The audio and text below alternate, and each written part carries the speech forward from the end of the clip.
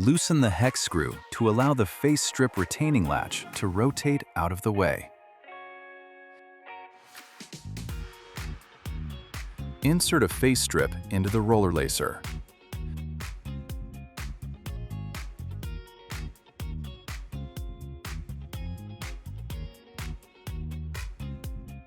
Reposition the latch and tighten the hex screw.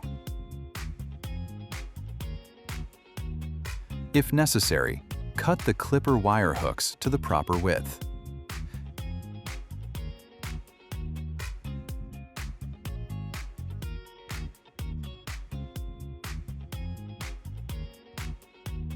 Insert the hooks into the roller lacer face strip.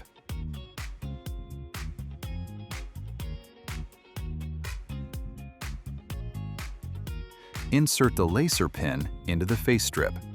This will hold the hooks in place during installation.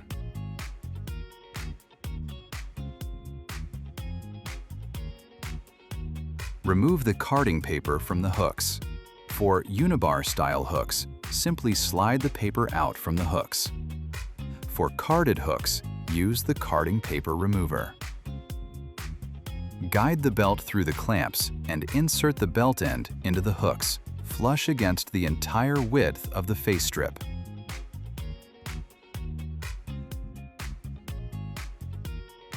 Lock the belt clamps. Position the rollers over the first few hooks. Turn adjusting knob counterclockwise until the rollers barely touch the hooks. Using the handle, move the lacer head across the belt width at a smooth speed. At the end of the lacer, turn the adjusting knob 1 1/2 turns counterclockwise.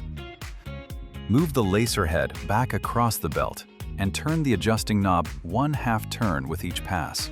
Repeat this process until the hooks are properly embedded into the belt, and then complete one final pass without adjusting the knob.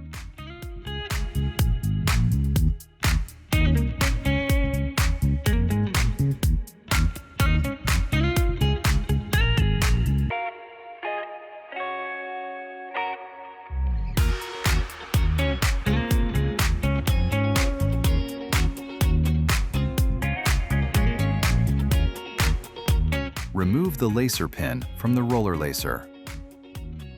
Release the belt clamps. Remove the belt and fasteners from the roller lacer and repeat this process with the opposite belt end.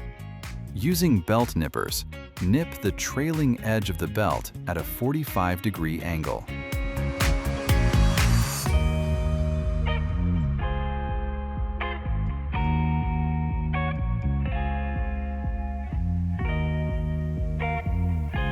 Bring the two ends of the belt together and join them with a hinge pin.